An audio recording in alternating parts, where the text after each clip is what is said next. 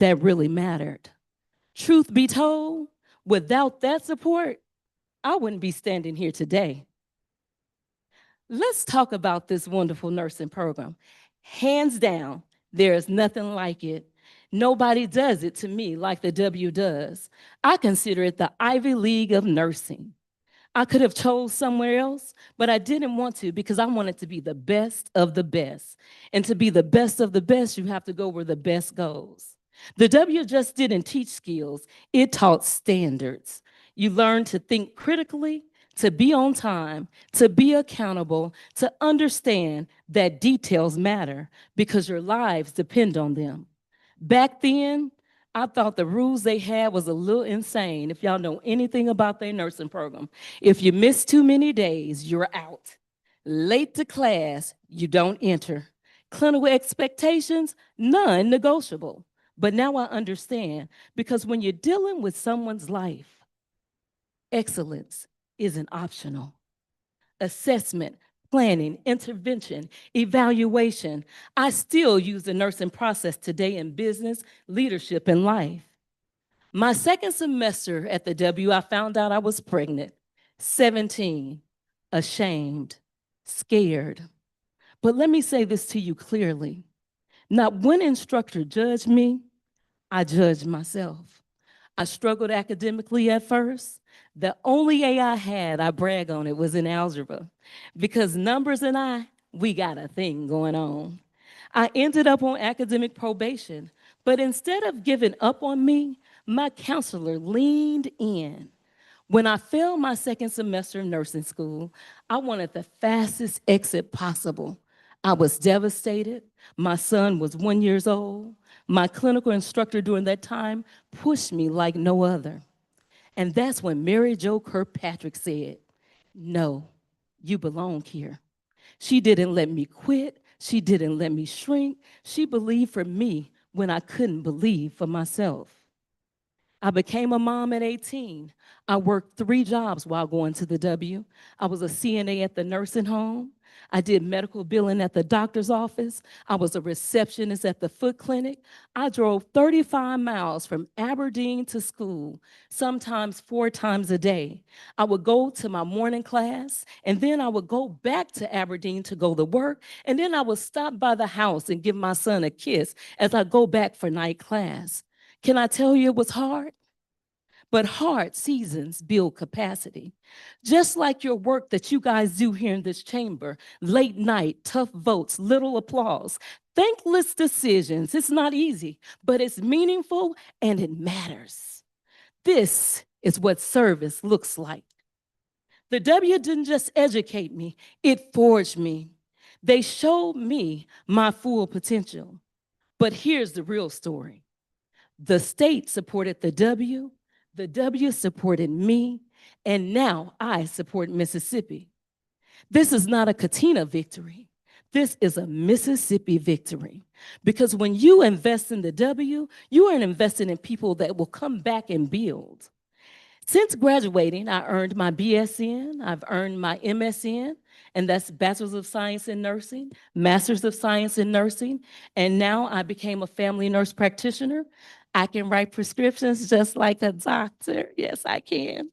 So I've been honored with 2 honorary doctorate degrees.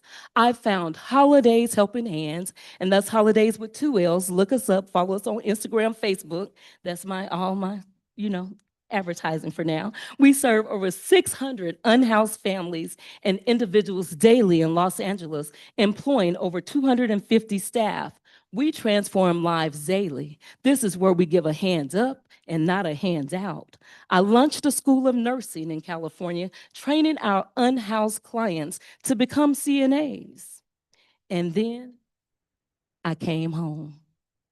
In Aberdeen, Mississippi, we opened the first ever urgent care in 2022, named Urgent Care at the Point. We treat over 500 patients every month. We are one of 2,200 facilities in the US accredited, and there's over 18,000 urgent cares in the United States. I have opened up Freshly's Market, a full grocery store to help our food desert, and more to come in rural areas without access to quality fresh food. We have given over $100,000 in scholarships, primarily to Mississippi high school students. The same town where my mama brought me home from the hospital now has health care and food access, and that didn't happen by accident. That happened because of a girl that the W believed in and the state supported. There is a national nursing shortage, but even more concerning to me now is that there is a shortage of competent, compassionate nurses. The W don't produce nurses chasing money, it produces professionals chasing excellence. AI might replace a lot of things, but it will never replace the heart, judgment, and discernment of a well-trained nurse. The W gives students something big schools can't always offer. That is connection, purpose, and accountability. What the W did for me as a woman, I felt seen, I felt covered, I felt cared for, I felt protected, I felt empowered, I felt important, and most of all, I felt unstoppable. I want to leave you guys with this today. I'm not standing here because I was the smartest. I'm not standing here because I have the most resources. I'm standing here because someone believed education was worth protecting, because someone believed standards mattered, because someone believed people matter. Mississippi University for Women didn't just teach me how to make a living. It taught me how to carry responsibility, how to show up on time, how to care deeply when no one is watching. That's integrity. And when you're dealing with a human life, that kind of training, it changes everything. There are little girls right now in Aberdeen, in rural towns, on rock roads, who don't know yet what's possible for them. They don't know yet that one decision, one institution, and one belief in their potential can change not just their life, but the life of an entire community. So today, this is not about a building. This is about a name. This is not about history alone. This is about what we choose to preserve. This is about who we choose to invest in.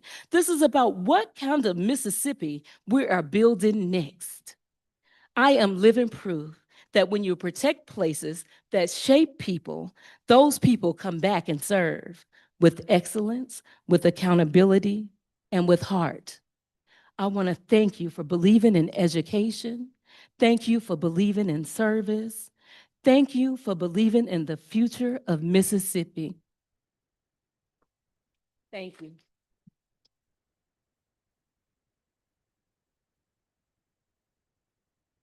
Thank you. Ms. Holliday and our other speakers will be around after we adjourn to visit if you'd like to do that. Our next speaker is Heather McMillan. If you would come and talk to us from the podium. Thank you. Good afternoon. I'm Heather McMillan, a proud nursing graduate from MUW, and I'm honored to be here. My desire to become a nurse began in 2008 during the most difficult time of my life. I was involved in a serious car accident that left me with critical injuries and required long-term care. During my recovery, I spent a great deal of time in the hospital, where I encountered nurses who forever changed my understanding of what healthcare truly means. They did more than treat my injuries, they cared for me as a person. They tended not only to my medical needs, but also to my personal needs, and many of which were not required. Their compassion, patience, and selflessness left a lasting impression. Watching the way they helped me and countless others made me realize I wanted to spend the rest of my life helping those who could not help themselves. That calling eventually led me to pursue a nursing education at the W, a program I chose because of everything it stood for and everything it offered. It challenged me academically, emotionally, and personally, and those challenges strengthened me. The education I received did more than prepare me to pass exams. It prepared me to serve people well. Today, as a home care nurse in rural Mississippi, I see firsthand how essential that role is. With our top-tier education I received, I'm better equipped to meet my patients where they are, both physically and mentally. Many of my patients are homebound, living miles from hospitals or clinics with limited transportation and limited income. For them, home care nursing is not just a convenience, it's a lifeline. One of the most critical aspects of home care nursing in rural Mississippi is patient education, especially when it comes to medications. Many of my patients are on multiple prescriptions, and without proper instruction, medication errors can quickly become life-threatening. I'm able to sit in their homes with them where they are comfortable, go over their medicines, what they're used for, and side effects to look for. This education empowers them and directly improves their quality of life. Another major challenge I encounter daily is a lack of healthcare education in rural communities. Through home care nursing, I'm able to teach patients about their illnesses, their wounds, and how to properly care for themselves in a safe, familiar environment. This not only promotes healing, but it also restores dignity. Patients are more comfortable asking questions in their own homes, and they're more likely to follow the care plans if they fully understand them. In small-town Mississippi, many of my patients live on fixed incomes, making access to consistent medical care nearly impossible. Some have little to no family, and for those, my visits are more than just vital signs and wound care. We ensure they have medicines, food, and the basic necessities. Sometimes the most important thing I can provide is simply my presence, a listening ear, reassurance, and a human connection. Home care nurses often become the one consistent support in a patient's life. The W emphasizes the importance of treating patients as people, not as numbers or a diagnosis. That lesson has stayed with me throughout my career. Home care nursing allows me to live out that philosophy every day. It allows me to care for the whole person, the mind, body, and spirit. I'm honored to be a graduate of the W, a program that went above and beyond to prepare me for my future. It instilled in me a confidence and a sense of purpose that I do not believe I would have acquired otherwise. Because of that foundation, I'm able to serve Mississippi with skill, compassion, and commitment. Home care nursing matters, especially in rural communities, because it brings health care to those who need it most, right where they are. And I'm proud to have been equipped with the education to be a part of that mission. And I'm proud to be a W graduate. Thank you.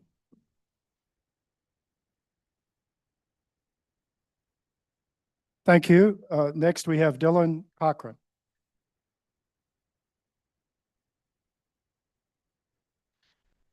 Good afternoon, actually. My name is Dylan Cochran, and I recently graduated from the W's baccalaureate nursing program this past May. And yes, you may be wondering, the W does allow guys to go to the school. Don't worry, I checked. During my time at the W, I had the honor as serving as the president of their Student Nursing Association. When thinking about why students chose to attend the W for our nursing education, I think about how the W has consistently had the highest NCLEX pass rate in the state, while also continuously being ranked as the best nursing program in the state. With also being a math nerd among science, numbers just don't lie. On the other side of things, the W appeared to be family and relationship oriented through their commitment to the Big and Little partnership that occurs every year at this university. This relationship allows a student from the senior class to mentor and basically be a helping hand to the student in the junior class, because nursing school can feel impossible at times. Actually, most of the time. Outside of the classroom, we got to gain many clinical experiences to also train us how to be a nurse. In these experiences, we got to explore many different specialties at several hospitals located in the northeastern region of the state, whether it be the ICU, the ER, a med-surg unit, behavioral health, or mother-baby. We had many learning opportunities to not only train us on how to take care of these patients, but to also show us where we would best be suited to work after we graduated.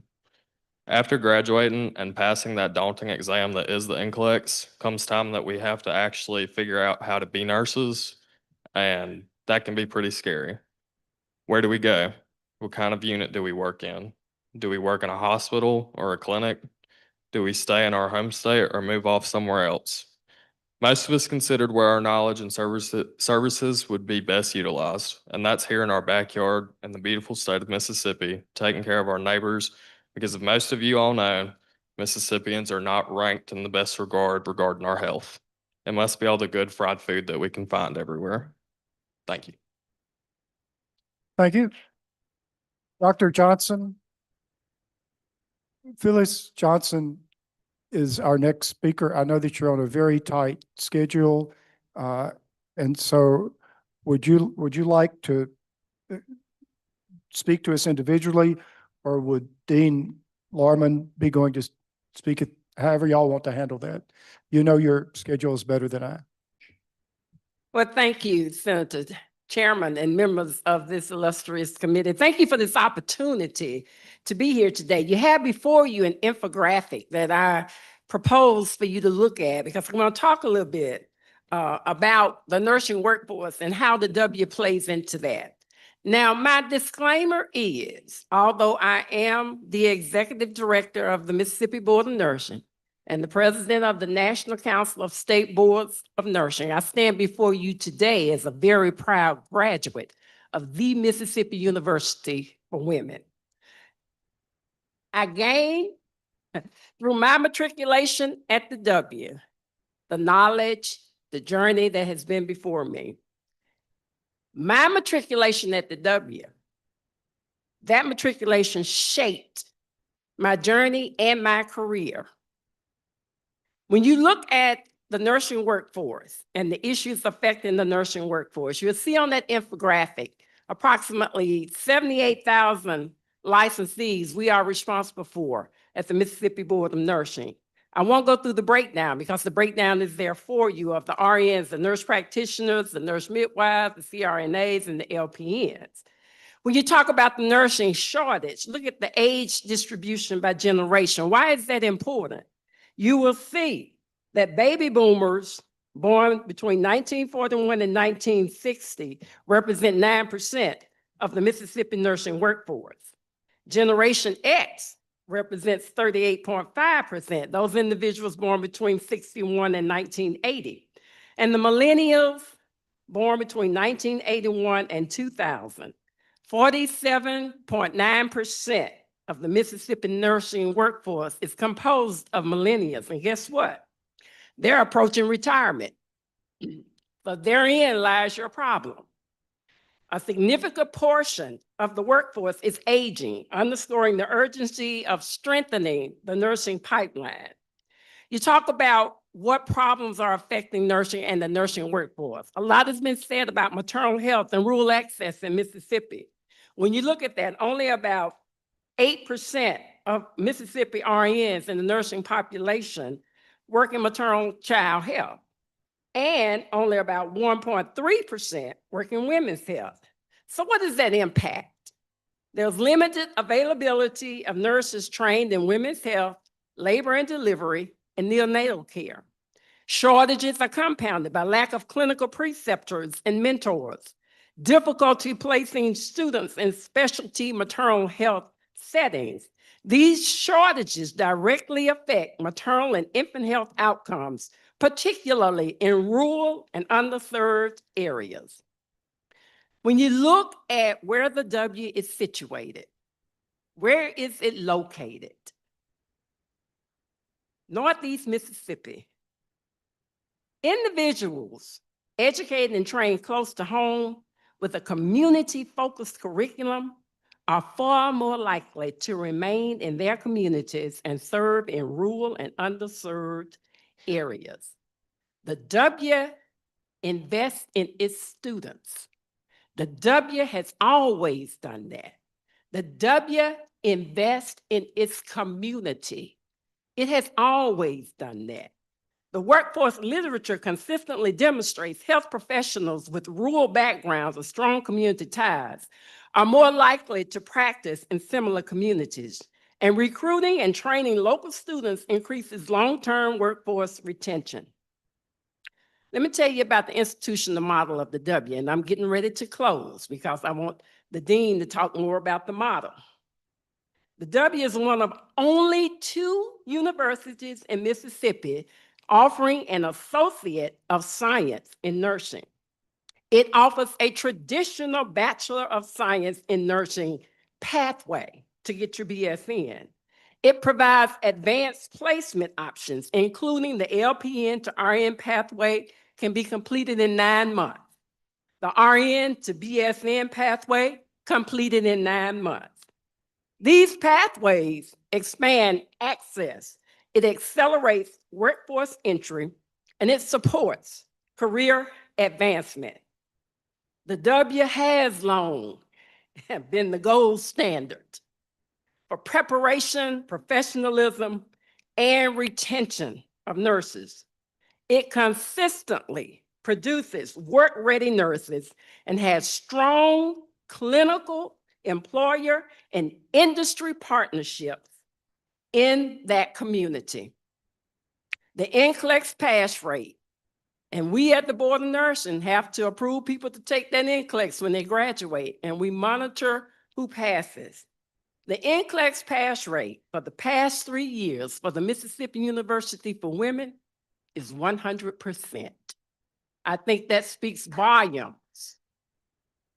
That speaks volumes. That speaks volumes of the rigorous nursing program they have there and why the W needs to stay where the W is and produce the type of individuals in this nursing profession that can make inroads into the nursing shortage. I'm so happy to be called an alum of the Mississippi University for Women. Thank you. Thank you. So as they've already stated, I'm Dr. Brandy Larman. I'm Dean for our Vandergrift College of Nursing and Health Sciences at the W. I've been a nurse for almost 21 years and a nurse educator for almost 18 of those. And I'm also a proud alum of the BSN program at the W. She already mentioned that we are one of 2 IHL universities that offer both an ASN and a BSN in nursing. So we have 2 undergraduate nursing programs. We admit to each of these once a year, and we graduate about 120 graduates each year from these 2 programs. This last year's class of new graduates, when they took jobs, they covered almost half the state with where they went.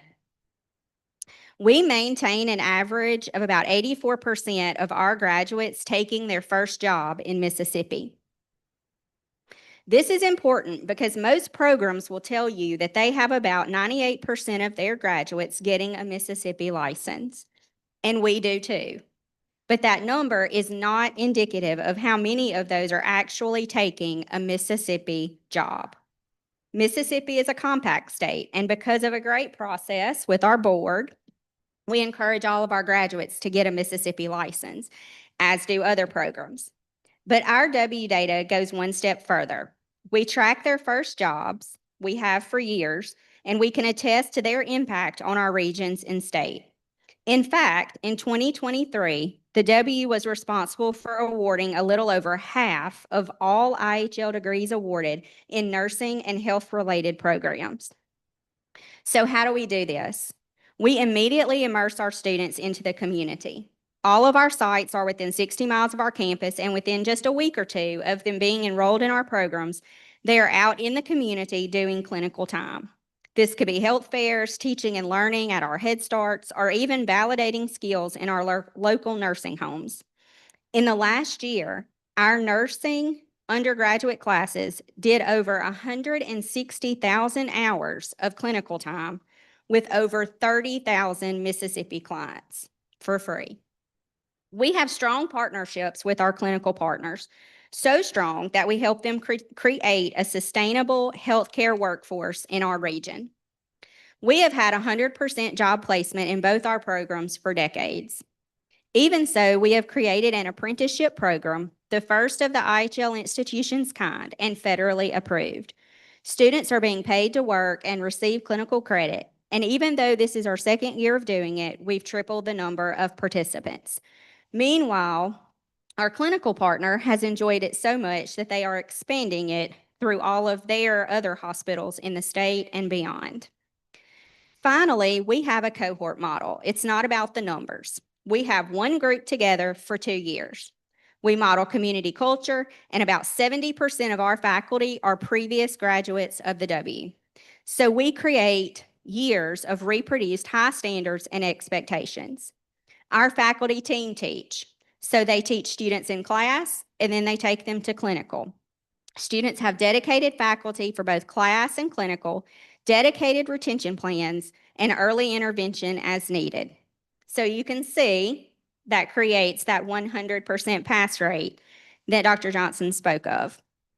This is important to you as a committee because overall, our nursing programs provide a consistent return on investment with innovative yet successful measures that actually impact the workforce of our state in a way that other programs just do not.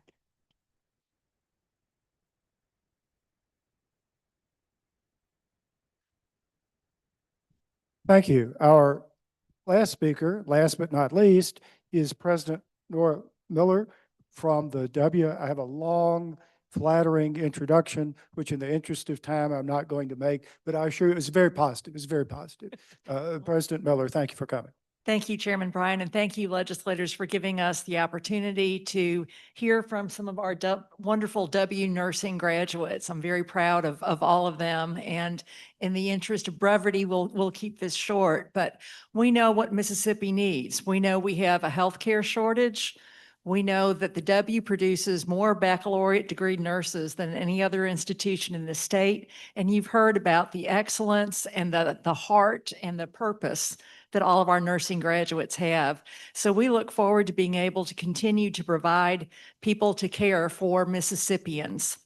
We are looking for opportunities to expand our nursing program and to expand our reach. And one of those possibilities is with Neshoba General Hospital. You've given an appropriation to Neshoba General to provide a facility for having a nursing campus on their campus. And we also have been fortunate enough to have received appropriations to expand our School of Nursing. And by being able to do this at Neshoba General, we'll be able to reach about 11 medical facilities within a 45-minute drive of Philadelphia. And those areas, those hospitals and clinics have difficulty in recruiting and retaining nursing. So we're looking for a way that we can help rural health in Mississippi and continue to do all that we do with our nursing school. So I'd like to thank you and open up for any questions anyone may have. If you don't mind, would you and the other speakers just hang with us for a few minutes, and we'd all like to visit with you, I think individually after we finish. We'd be happy to. Thank you so much. Thank you very much. We have one other matter before us, which involves the cosmetology board. We received nominations from the governor yesterday after the session had ended. The peer committee, in an extraordinary effort, managed to get peer reports for us, which you have in front of you, I believe. And we have the list of nominees.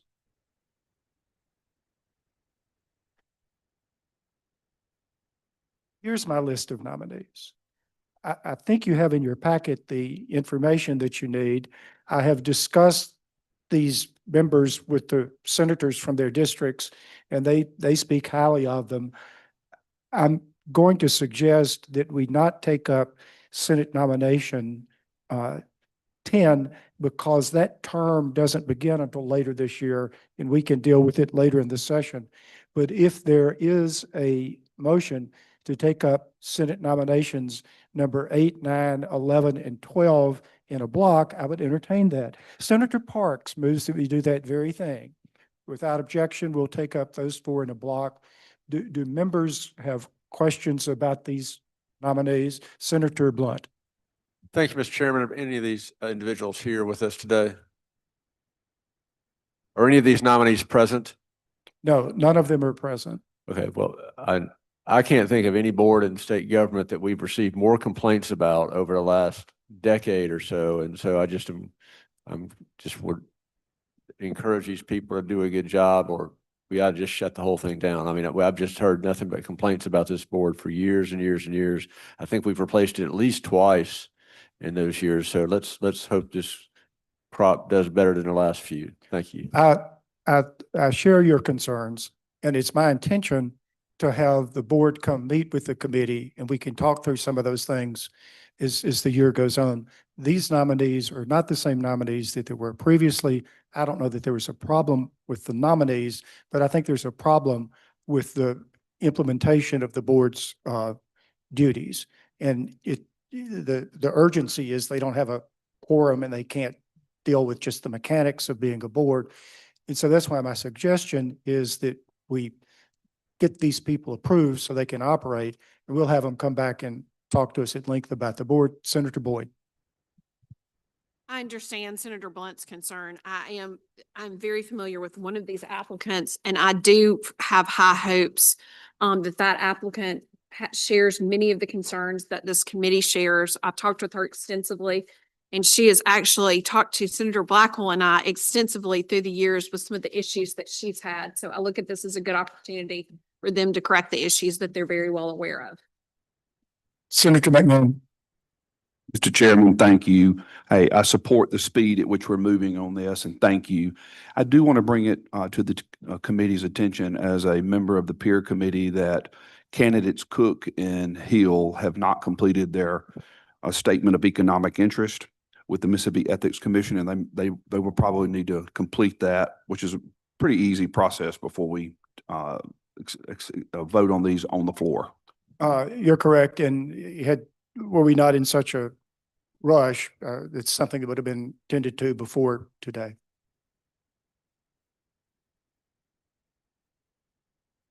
So Senator Parks has moved that we do advise and consent. Is there further debate or discussion? All in favor say aye. All opposed, no. The ayes have it. I want to thank the committee members for coming.